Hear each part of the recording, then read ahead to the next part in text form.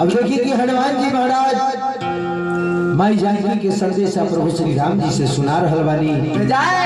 और कौना भाव में का कहता नहीं हनुमान जी महाराज माई जानकी का कहली है का कहली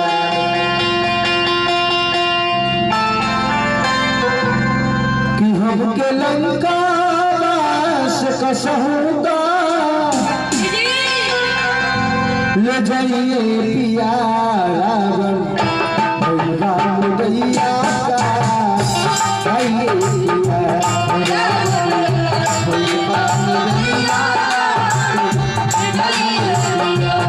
राम गैया का जाइए पिया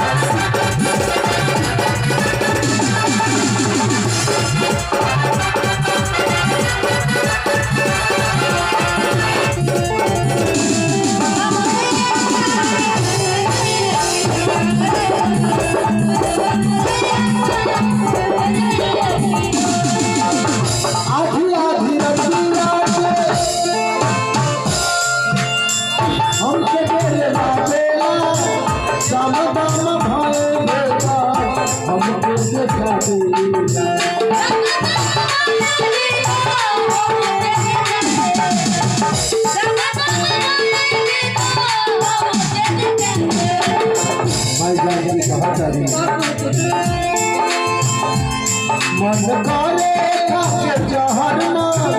जाइए पिया मन करे खाके जहर ना जाइए पिया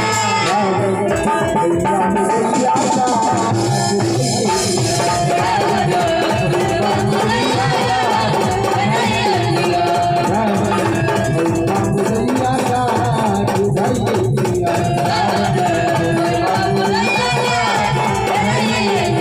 मंगल मूर्ति बाल नंदन सकल मंगल मूर्ति